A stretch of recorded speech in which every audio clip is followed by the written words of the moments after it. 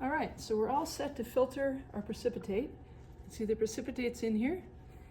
And for the filtration, we want to make sure that we use tubing that's got a thick wall, because once we start drawing the vacuum and the precipitate starts plugging these holes, if you've got thin tubing, then this is going to collapse and you won't draw your vacuum very well.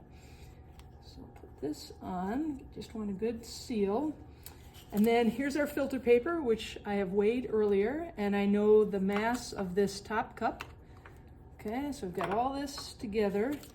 Now, if I just put this on here, it doesn't form a very good seal. So what you want to do is just drop it on there. You just want to squirt a little bit of water. And then what I'm going to do is just turn on the vacuum. And then, oh, you can see we got like that water is sucking down. And essentially what it does is it just like seals that filter paper to the cup. So there's no way that this precipitate is going to find its way underneath the paper.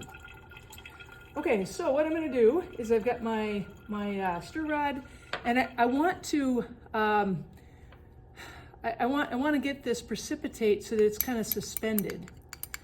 And then I'm going to pour it, and I'm going to pour it down my stir rod so that it doesn't dribble all over. I don't have the vacuum on right now just because it gets loud.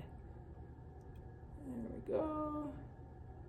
All right, so I got kind of most of it through. I need to turn this vacuum on, so you're probably not going to be able to hear me very well. There we go. Okay, and the level's getting pretty low. What I need to do now, though, is get this precipitate out of there, which essentially I can hose out with a wash bottle. If I had an extra set of hands, like a partner, I would have that stir rod down here to make sure that it goes down and doesn't dribble out. So I'm getting better. Notice I'm not setting this down because there's probably precipitate on it. I don't want to lose any of my sample. I always get real happy if I get a really good accuracy with my results. So I'm just going to keep making sure this is all good.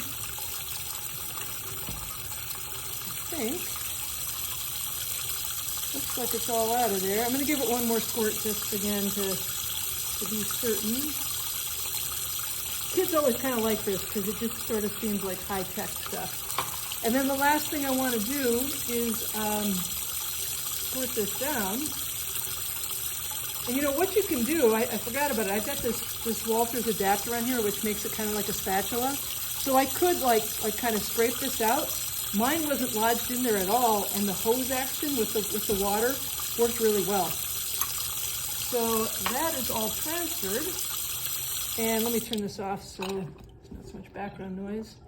And then what you can see in here is I've got this precipitate, and most of the water's out of there. Clearly there's the precipitate is still wet. So what I want to do now is just, essentially, I can do it right now. I'll take this off.